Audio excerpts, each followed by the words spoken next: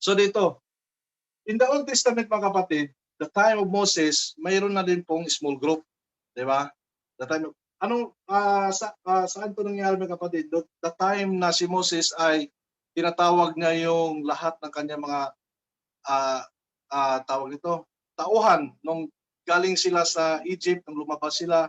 Ngayon, nagpatawag si Moses dahil po sa sobra at sa laki ng kanilang mga problema.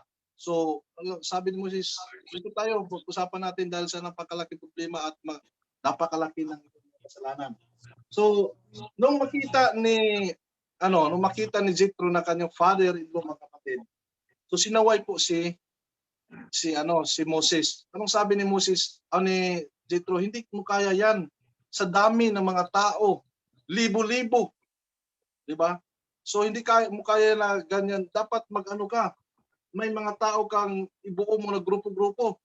So may leader ng thousands, hundreds, fifties, and tens. So para hindi ka mabigatan, magpili ka lang ng mga tao na mapagkatiwalaan na maging leader nila sa bawat grupo. Kaya nangyari ng mga kapatid, nung time na yon, ay nakita ni Moses na maganda yung suggestion ng kanyang father-in-law. Kaya sabi niya, sige, magbuo tayo ng mga grupo-grupo, individual. Kasi dati yung ni Moses, every tribes lang siya, by tribes or by families. Pero hindi talaga kakayanin mga kapatid dahil sobrang bigat. Kaya sabi niya, sige, bibigyan mo ng authority yung mga tao, mga leader na pag kunti lang yung kanilang mga problema, bigyan mo sila authority na makapag-decide kung ano yung dapat gawin. Pero kung yung mga malalakihan na, so kailangan dalhin ninyo, pag-usapan ninyo kung ano yung mga kapatid. So ganoon din sa atin mga kapatid ngayon, di ba? Hindi kaya sa ating leader lang, isang leader lang yung o sa ating church, di ba? So paano natin i-reach out yung pag-evangelize or yung pagmensahe mga kapatid sa ating yung mga salita ng Panginoon sa ating mga yung nasa ating paligid mga kapatid. So kailangan natin i-divide it by group. For example, gaya ng ginawa natin, di ba?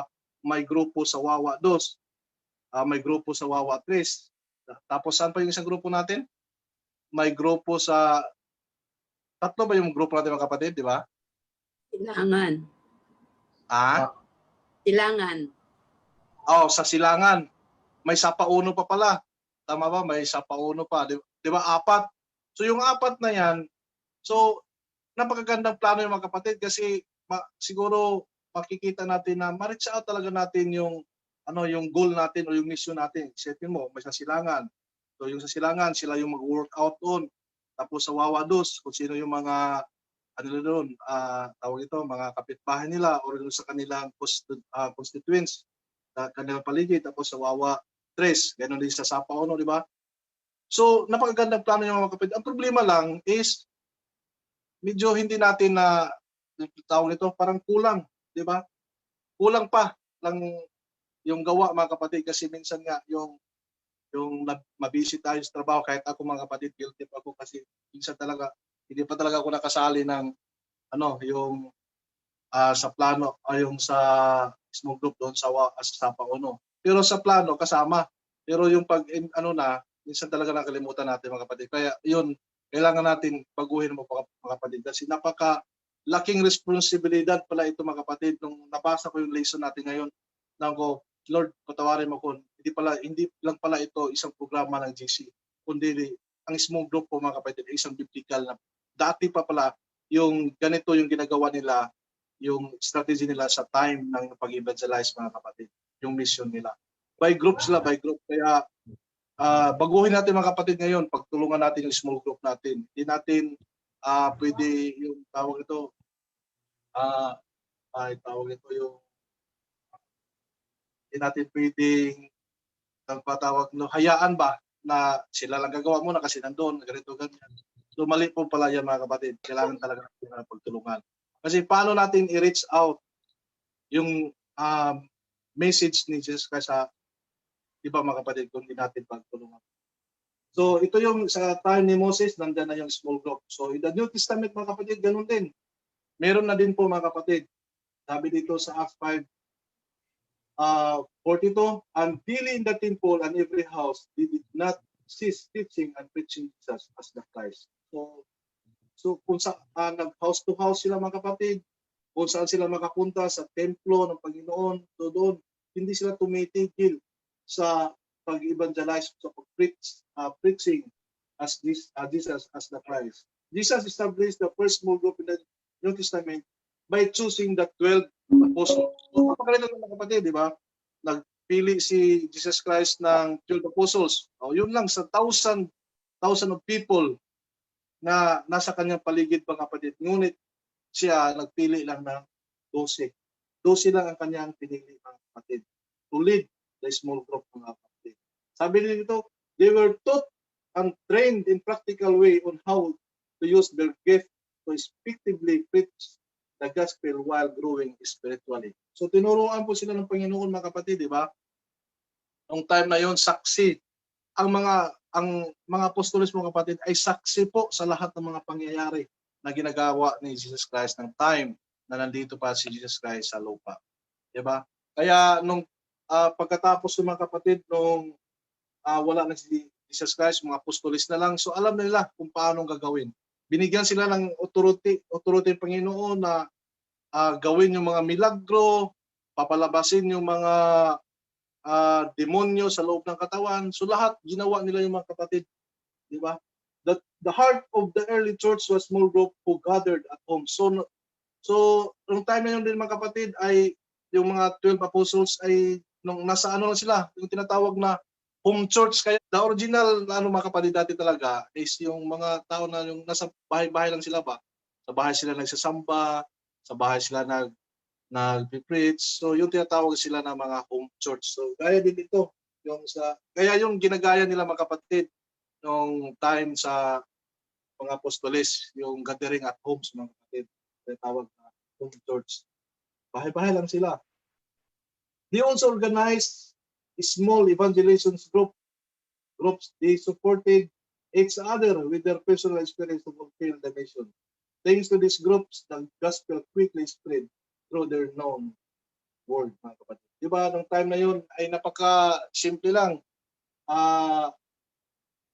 Tawag nito, sige, dyan ka, dito ako. Yung time ni Apostle, di ba? Yung Paul, ilan yung kahit saan nakapunta si Paul.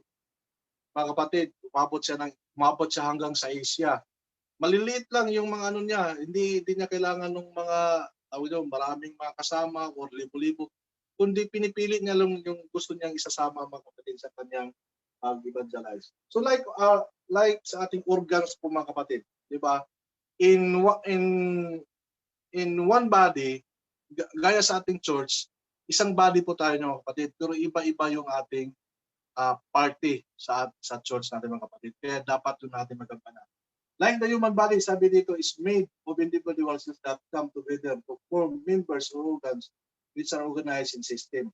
Yung sistema natin sa church mga kapatid, hindi ibig sabihin na hindi ako marunong hindi ako marunong mag-preach, hindi ako pwede dyan, hindi ako pwede sasali. Ano lang ko, dito lang ko, yung upo lang ako, makikinig. No, mali po yung mga kapatid, dahil may mga gifts po tayo binigyan ng Panginoon. Yun dapat nating malaman. Yung iba, marunong kumanta. Sige, ano ka, dahil marunong ka magkanta, ito yung mission mo. Kanta ka lang. Ikaw, marunong ka mag-prayer. Yung mga iba may mga gifted sa prayer, magagaling mag-pray. Sige, pag-pray mo kami. Di ba? Iba-iba yung galamay natin sa church. Hindi tayo pare-parehas ng spiritual gifts na binigay ng ating Panginoon. Like sa ating katawan, di ba? Sinasabi natin dito, it still has its own role. Di ba? Iba-iba yung role natin. Yung mata, di ba? Yung mata para lang sa pagtingin, hindi sa pwede hawak ng isang bagay, kundi magtingin lang. Yung ating kamay, ginagamit yan sa paghawak ng mga kamay. Ang ating paa, ginagamit yan sa paglakad. Ating tainga, ginagamit yan sa tawag ito,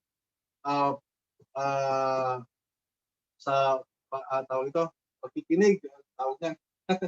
So each member has its own role in the body system, and each system has a role in the body. So they are all interrelated and work together harmoniously. The church, the body of Christ, works in a similar way. When each person is when each person is part of a small group, it's harder to be discouraged and easier to fulfill. So kung lahat pala tayo mga kapatid ay magtulong-tulong o sa ating mission mga kapatid, ay walang imposible na ma-fulfill po ang ating tawag nito, mission sa ating church. The groups are organized in a way that each person can make the most of their gifts to help the mission. So ito lang talaga mga kapatid, simple lang, tulong-tulong tayo. Hindi natin hindi natin pwedeng pabayaan yung isa kasi ikaw ang leader, ikaw na lang lahat. So hindi pwede mga kapatid, ikaw no. Dapat isang tayo, isang body tayo, nasa church tayo. Ay dapat tulong-tulong po tayo lahat mga kapatid. Huwag natin pabayaan yung isa. So sabi pa dito, dynamics, may dynamics dito. So when he had considered this, he came to the house of Mary, the mother of John, whose surname was Mark. When many were gathered together praying. God uses small groups to make the church grow by nourishing the faith of the believers, teaching them how to testify Jesus. So napakaganda mga kapatid, yung sama-sama ng ating mga prayers mga kapatid, together, na tayo po ay manalangin sa isa't isa mga kapatid, ay sigurado po ilalago po ang ating goal ng ating mission. Every group has the main goal of leading people to Jesus, although its group may have different dynamics according to its mission. So iba-iba yung natin, yung dynamic, yung mga diskarte natin sa bawat grupo, di ba? Nakikita natin mga kapatid na di ba minsan mag-uusap tayo ano yung plano natin sa ating grupo, ano itong gagawin natin first natin na para maka-encourage tayo ng ating mga tawag ito mga tao na hindi pa kapadinig. Interceding for others, praying for common concerns. Sabi pa dito, spending quality time together. Itong spending time quality together mga kapatid, parang tawag ito, yung hindi magkaano yung oras natin, di ba? Conflict palagi yung time natin. Studying the Word of God. So tamang-tama ngayon mga kapatid yung ating ginagawa ngayon, Bible reading. So kailangan makapag-study ng mga salita ng Panginoon. Next is training for service.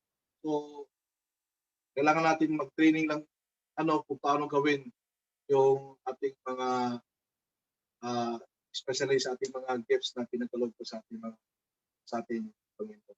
Learn how to go to share the gospel. So learning how to share the gospel para mga kapatid sa atin. So paano natin i-share, di ba? So ito yung mga plano, dynamics natin. Ito pa, doing community services. Yung nakagawa pa tayo mga kapatid, gaya ng sa ICS, ito sa mga itong sa ICS na March. So dati yung sa amin, yung sa ICS namin, kami, doon naglilinis sa isang barangay, for example, dito na barangay tayo, Masay, tayo, community service tayo, linis tayo ng mga kanal, tapos magwalis sa mga, so maraming ginagawa namin dati, tapos yung nagplano rin kami ng feeding, yung children feeding mga kapatid. So community service yan. So maganda ito ang gawin natin. Ito yung mga dynamics na ginagawa ng mga kapatid. Tapos ito, participating in missionary activities. So participate sa mga gawain, missionary activities like ito mga kapatid, yung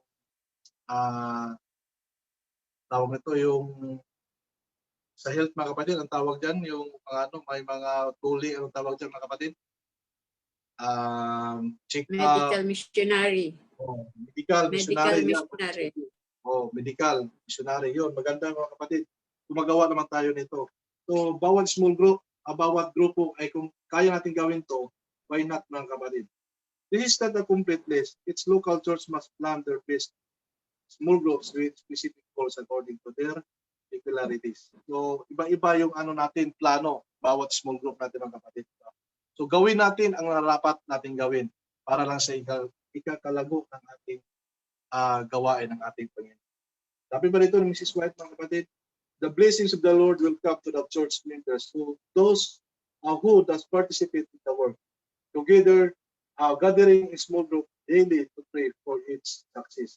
Thus, the believers will obtain grace for themselves and work of the Lord will.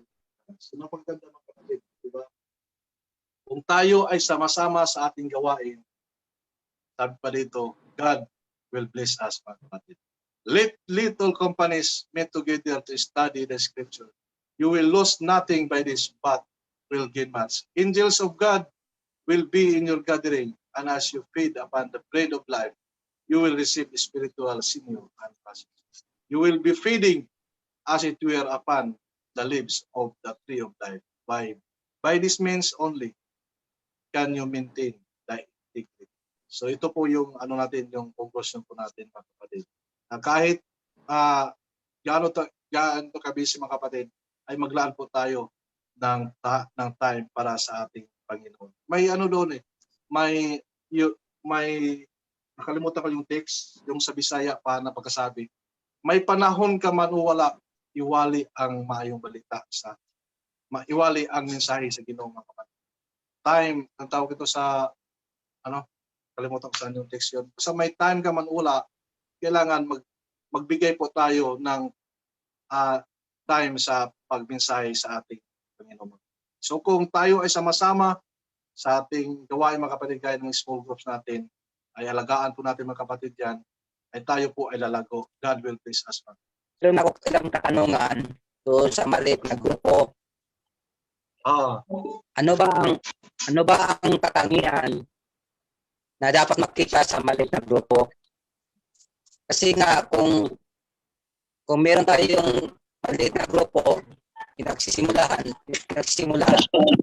dapat makita yung katangian na para yung mga nasa labas ng wala pa sa pananampalataya, mainggan silang lumapit at makianib sa ating maliit na grupo. Ano yung katangian na nais nang makita na ma-organize sa care group, tulad sa ating may ginagawa tayong care group? So mayroon dapat tayong makitang katangian. Ano yung mga katangian na yun na nais kong maihayag na baka ito ay makatulong sa ating maliit na grupo o care group? So, yung mga katangian ng mga kapatid, usually common na yun. Una, ay yung pagtawag nito. Una-una yung sa sarili po natin, mga kapatid. Yung mga katangian na tawag nito, na makikita nila na ito ay tinatawag to, mabait, mabuti, ganyan. Yung mga sinasabi nila, totoo, na tama yung ginagawa nila. Yung mga common na mga karakteristik makikita sa ating mga kapatid. Upang yung tawag nito, yung mga tao na yung makikita nila yung gawain. For example, may nagmensahe ka nga, nagdito ka, pero yung katangian mo or yung attitude mo ay hindi maganda, di ba? Maganda lang yung pakitang tao ka lang, pero sa totoo pala ay hindi, di ba? Paano natin paano natin ipakita sa kanila? Siyempre, sa mabuting gawain natin, mga kapatid, na kung ano yung sinasabi natin ay ginagawa po natin, mga kapatid. For example, huwag kang, sabi nito, huwag kang kakain ng baboy, pero kumakain ka pala, tawag nito. Kasi may mga Adventist na ganyan din, mga kapatid, kaya hindi lumalago yung grupo nila. Kasi yung iba hanggang salita lang kasi, hanggang yung tawag nito, walang action ba? Gaya lang may marami na akong nakikita ganyan mga tao Yung parang yung malalaman mo, makikita mo kasi isang tao na kung magsasalita yan, tunay o hindi. Kung may puso ba o hindi. Nalalaman ko yung mga kapatid yung kung paano magsalita ng tao. Alam ko yung mga kapatid, parang may ko niya na ito na tao to, maganda magsalita. Tapos parang totoo talaga sinasabi niya. Kasi may ibang mga tao rin na hanggang salita lang, pero hindi pala sa kanyang buhay aplikado. 'Di ba? Napakahirap ng ganyan, mga kapatid. So, ganun din sa grupo natin, pag sa grupo natin, i-apply natin yung mga katangian kung bawat isa sa atin doon sa grupo para at least yung iba na kung makikita nila or maririnig nila ay maengganyo sila para sa atin. Pagkitaan natin ng magandang gawain. For example, yung kapitbahay mo, o nakikita nila, danyan kayo, nag-small group, pero masasaway kayo, ganito naman, ganyan naman si si brother, si ganyan. For example, si Bro Alan, pero hindi naman yan totoo. So, ganyan mga salita. So, hindi talaga lalago yung natin, yung mga gawain natin. Kaya ipakita natin kung ano yung sinasabi natin, ipakita natin mga kapatid. Siya, Ate March, sige muna, sige. Sa small group, ang pinaka number 1 na dapat nating ipamuhay ay yung tinatawag na confidentiality. Kailangan lahat ng nangyayari, lahat ng confession sa small group, hindi dapat lalabas. Yun dapat ang confidentiality, ang number 1 sa small group na ipairal sa bawat small group, yung confidentiality na yan. Hindi uobra ang small group na pag may nagsabi na ganito problema niya, lalabas, hindi tatagal yan. Wala yan. Kasi kailangan yung number 1 sa small group is confidentiality. Susog ko lang yan. At isa pa po, dito po sa sinasabi natin na kung paano maging isa sa, may 4 po dito sa ating lesson na formula o para maging isang successful ang small group ay kailangan daw po ay ang blend prayer, maraming prayer, Bible study, fellowship at witness. Yun doon po susulong o doon po sisigla ang bawat small group kung ang 4 na ito ay present sa ating small group. Yun lang po. So may dagdag din po ako yung kay Brother Alan. Totoo yun na kung may anong problema sa grupo ay hindi natin ilabas. Gaya ng for example sa akin, nasa construction side. May mga kontrata ko na minsan may sasama sa ganyan na grupo. May pinipirmahan tayo. May pinipirmahan kami na agreement. Na yung agreement na yan ay hindi siya pwede ilabas. Kung ano yung pag-usapan nyo sa loob, ay hindi siya pwedeng isabi mo sa labas. Kasi masilang bahagi na yan siya sa ating grupo. Kaya yung sa ating small group mga kapatid, hindi talaga may iwasan na yung sa grupo natin ay magkaroon ng problema. Ngayon, nung problema na yun, paglalabas yan, makikita yan sa iba lang, ganito pala sila, ganyan. So, mali-discourage sila, di ba? Ako, mababait pa naman, pero ganito pala, yung mga ugali pala nila, na si Kuya, si ganyan. Di ba? So, dapat hindi natin ilabas yan. Kailangan i-meeting natin pag-iusapan natin yung grupo natin, mga kasama natin, na kung ano yung problema natin sa church o yung sa grupo natin, ay huwag nating ilabas. Kaya naman natin kaya naman natin tawag nito, iayos sa loob. Kasi pag yan lalabas mga kapatid, mapipilay po talaga ang ating mission po mga kapatid. So, kaya hindi naman sinasabing hindi lalago, matatagalan ba yung natin, yung mission natin, instead na mapabilis natin, so mapabagal na hinoon mga kapatid. So, yun lang siguro.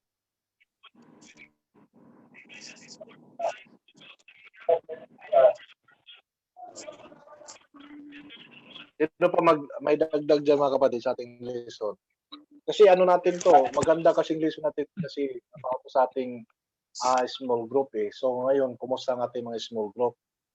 Yung mga member natin, mga kapatid. Especially sa mga leader, kay Brother Ronald, Brother Alan, Sister Marge. So, kumusta yung mga grupo natin? Diba? So, nag-malfunction tayo ngayon, di ba? Kasi dahil po sa COVID, so hindi natin nagawa. Dahil sa hindi inaasahang pagkakataon. May plano, pero hindi siya nag-pursue dahil sa mga pagkakataon na hindi, kumbaga, may mga hadlang. Kaya hindi naman siguro hindi naman sa sarili sa kasi parang hindi naman siya failure kasi kumbaga may plano may plano kanya lang nagkaroon ng hindi magandang pangyayari kaya hindi lang siya natuloy. Ay yung plano natin pwede naman nating i-pursue next year, o di ba? Basta prayer lang, manalig lang. So, yun nga din sa ating church, 'di ba? May mga plano tayo. Kakatapos lang ng ano natin, ng tawag niyan, nung meeting. March ba 'yon? First week nung meeting tayo o last week ng February. 'Di ba? Nag-lockdown agad. So lahat ng plano natin sa church walang natupad o lahat. So kailangan next year 'yon. I-pursue natin, i-full time natin yung pag-evangelize talaga natin. I-reprogram ulit natin yung plano para ma-pursue natin yung mga plano natin na hindi natuloy. Dagdag din sa sa lesson natin. Okay, brother. Yun, ang small group kasi based nga sa Bible, para tanong kanina kay Alan, di ba? Paano ba maging successful ang small group? Bakit? Naramdaman ba natin na bakit hindi parang successful tayo? Siguro may kulang kasi sa Bible nga ang small group kailangan nagkakaisa. Yun yung una, di ba? Kailangan yung small group ng Godhead talagang nagkakaisa sila. Isang layunin at may kanya-kanya silang gawain. So, yun yung dapat unang gawin natin. Tapos, magpalakasan din ang bawat isa. So, hindi yung magsisiraan nga tayo. Baka minsan sa grupo natin tayo hindi nagkakaisa, nagpapagalingan. Mas magaling naman ako dyan. Parang ganon. Hindi ganon. Dapat nagpapalakasan kung ano yung kahinaan ng bawat isa. At yun, yung nag-aaral kayo. At pag medyo malakas na kayo, doon na igagawa na dapat hindi lang tayo nakatuon sa loob ng grupo. Minsan, doon na tayo sa loob Kumbaga yung magsimba tayo, parang tingin natin na tayo lang talaga, hindi dapat kasama yung iba. Dapat hindi ganoon. Ang small group, ang purpose talaga ng small group is outward ministry. So, after na mapalakas tayo, di ba sila, yung mga apostoles, ang una nilang ginawa, nagpalakas sila. Nag-pray sila by behind, nag-pray sila ng in unity, di ba? In one accord. Pagkatapos noon, nung malakas na sila ay lumabas na. So hindi lang nila sinarili yung kanilang basbas o yung Holy Spirit na tanggap nila. So ganoon nga rin sa small group natin, kailangan tayo magkaroon ng outward ministry. So service, yun yung pinaka-importante. Dapat mag-serve tayo sa community. Kasi si Jesus naman, nung nag-ministry siya, hindi siya diretso na nangungumbinsi, kumbaga message agad, kundi meron siyang service na ginawa. So ganun yung strategy dapat natin na serve tayo sa tao, hindi yung tayo ang si-serve. Kumbaga, tingnan natin anong pangangailangan nila at kung ano ba yung needs talaga ng tao. Kasi pag na-meet mo yung needs nila, ay talagang mag-o-open yung puso, mag-o-open yung kaisipan na okay to maganda pala yung mayroong ganitong pananampalataya kasi nagsiserve sila sa tao na nagtutulong sila. So ganun ang ginawa ni Jesus, kaya napabilis o madaling tanggapin ng tao ang kanyang mensahe. Kasi hindi naman natin gawain talaga na hindi natin gawain, di ba, na mag-convert ng tao. Kundi ang gawain natin is mag-witness lang, mag-serve, tapos yung Holy Spirit na siyang gagalaw sa kanila. Siya yung hipo ng kanilang mga puso. So yun yung sigurong tingin ko yun yung kulang sa care group na dapat natin talaga pag-isipan. Paano ba yung service? Paano ba natin ginawa ni Jesus yung kanyang pag-serve sa tao? Yun yung idagdag na lang siguro natin sa mga grupo natin. So mga kapatid pala, yung grupo natin, yung ginawa nating Bible Reading Challenge na grupo, 12 yun, di ba? Care group po yun mga kapatid. Ang kasama yun sa plano natin na habang nag-aaral tayo ng salita ng Panginoon, siyempre lalakas tayo doon. After nun, hindi lang yun. Ang after nun ay mag-outward ministry talaga tayo na papadamihin natin yung grupo natin. Tapos, gagawa na rin tayo sa labas ng mga service. Diba? Hindi lang naman puro reading na yung gagawin natin. Umpisa lang yon, pero ang pinaka-goal talaga is community service at mga yung pag-witness nga natin. Yan, mag-i-invite nga tayo ng mga kaibigan na pwede nating madala sa online ministry or online evangelism na gagawin natin. Yun yung advice sa atin ni Pastor talaga. So, ito siguro ang way na kahit ganyan yung sitwasyon natin, sa online man lang, bibigyan naman tayo ng budget, sana makatulong. So, yun lang. Palakasin natin yung Bible reading tribe natin at yun yung gamitin nating small group para makapagawa tayo sa church. May iba pang dagdag pa sa atin? Na hindi talaga dapat, for example, kasi mahirapan tayo mga kapatid yung mag-evangelize tayo sa mga prejudice na mga tao. Napakahirap yung mga kapatid. Sabihin mo na, lalo sa mga yung RCC, yung Roman Catholic Church, napakahirap yan sila mga kapatid evangelize kasi devoted po yan sila mga kapatid. Sige, mag-preach ka nga dyan na yung mga revolto o yung mga ay hindi tama, kundi babatuhin ka dyan. Di ba? Napakahirap yung mga kapatid. So, kailangan ang gawin niya para maging epektibo yung grupo natin. Hindi agad tayo yung tawag niyan, hindi agad point to point. So, kailangan gagawa muna tayo ng unang hakbang na makikita na nila na ikakabuti nila ba na ito ay maganda pala mga tao to. Sa Paul, kaya nga nasama yung ngayon sa ating lesson yung community service kasi napaka-importante yung mga kapatid na mag-community service tayo, may pakita nila natin yung manggawa natin sa kanila lang ay ito mga pala ito mga tao, yung mababait pala ito, magagaling. So, diyan sa dahan-dahan mga kapatid ay mahipo yan sila ng ating banal na espiritu.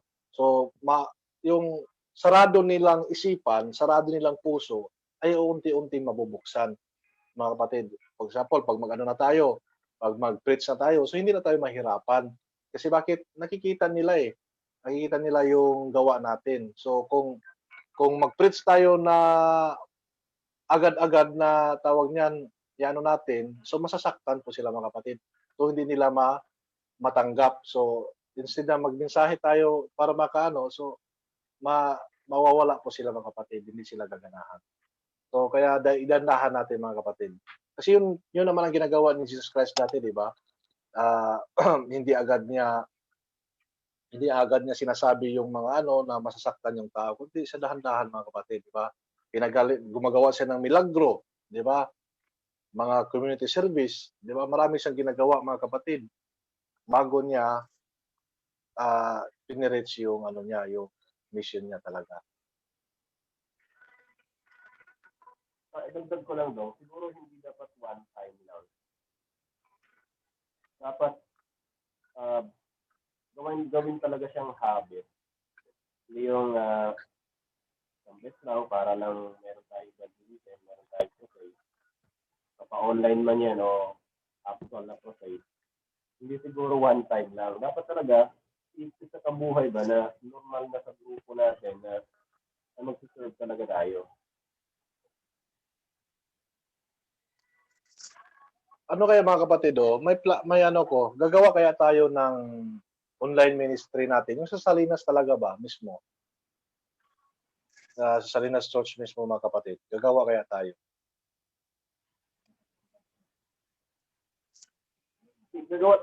Gagawa talaga tayo mga kapatid. Kasi yun nga yung ni Pastor. Bibigyan tayo ng budget para gawin talaga yung online ministry natin.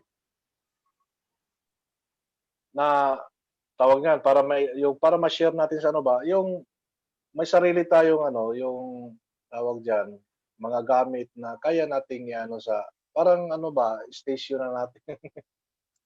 May tayo, may mic, may mga kumpletong gamit tayo ba? Na para maganda yung view natin. Pwede rin naman yun. Yung parang ginagawa ni Pastor Jess. Kaya, mga Yeah. kapatid, kailangan natin gumawa ng online ministry kasi yun nga yung panukala natin ngayon, di ba? Ang evangelism talaga natin ngayon is online. Wala tayong choice kasi hindi naman mahirap naman lumabas tayo ngayon saka yung mga tao, di ba? Ilang din sa mga tao. So, kailangan talaga nating planuhin yung online ministry natin. Yung small group nga natin ay gagamitin natin. So, bawat leader ng grupo, kung maaari ay mag-online. Kasi bibigyan nga tayo ng pang-load.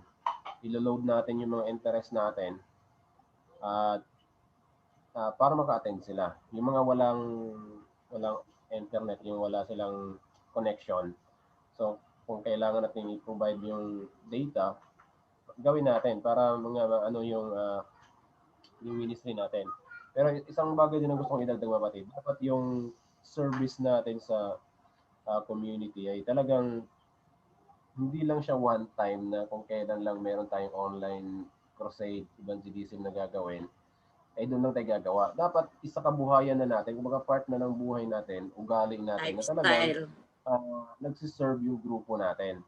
Kumbaga, di ba, nag-meeting naman yung grupo. So sa meeting natin, parating kasali na, meron ba tayong pwedeng master band dyan. Hindi naman kailangan financial Hindi naman kailangan may financial na kaakibat, di ba? Pwede namang tumulong ka sa mga gawain o tumulong ka sa community, maglinis, something na nakakatulong or makiramay or tayo, di ba? Yung mag-serenade tayo or mag-service tayo sa patay. So, yun ang mga service na hindi naman tayo gagastos ng malaki.